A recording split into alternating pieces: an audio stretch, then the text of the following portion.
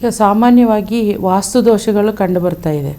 ವಾಸ್ತು ದೋಷ ಅಂತ ಅಂದರೆ ಒಂದು ನಕಾರಾತ್ಮಕ ಶಕ್ತಿಗಳಿಂದ ಮನೆಯಲ್ಲಿ ಸುಮ್ಮನೆ ಎಲ್ರಿಗೂ ಒಬ್ರಿಗೊಬ್ರಿಗೆ ಅಂಡರ್ಸ್ಟ್ಯಾಂಡಿಂಗ್ ಇರಲ್ಲ, ಜಗಳಗಳು ಸ್ಟಾರ್ಟ್ ಆಗುತ್ತೆ. ಸೊ ಎಲ್ಲರೂ ಏನಾಗ್ತಾ ಇರುತ್ತೆ ಅಂತಂದರೆ ಆ ಮನೆಗೆ ಹೋದರೆ ಸಾಕು ಯಾಕಪ್ಪ ಬಂದೆ ಅಂತ ಅನಿಸುತ್ತೆ.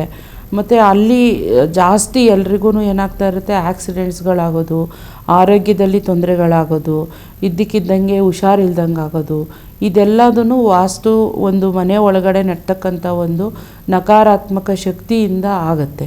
ಸೊ ಇದು ಯಾವ ಒಂದು ನೆಗೆಟಿವ್ ಎನರ್ಜಿ ಇವ್ರಿಗೆ ತೊಂದರೆ ಕೊಡ್ತಾ ಇದೆ ಅನ್ನೋದನ್ನು ನೋಡಿ ತಿಳ್ಕೊಂಡು ಆ ಒಂದು ಪರಿಹಾರ ಅಲ್ಲಿಗೆ ನಾವು ಒಂದು ಪಾಸಿಟಿವ್ ಎನರ್ಜಿನ ತುಂಬಬೇಕಾದ್ರೆ ಯಾವ ರೀತಿ ನಾವು ತುಂಬಬೇಕು, ಯಾವ ರೀತಿ ಒಂದು ವಿಧಾನಗಳಿಂದ ಮಾಡಬೇಕು ಅಂತ ನೋಡಿ ಆ ವಾಸ್ತು ದೋಷನ ಪರಿಹಾರ ಮಾಡಿಕೊಡ್ತೀವಿ.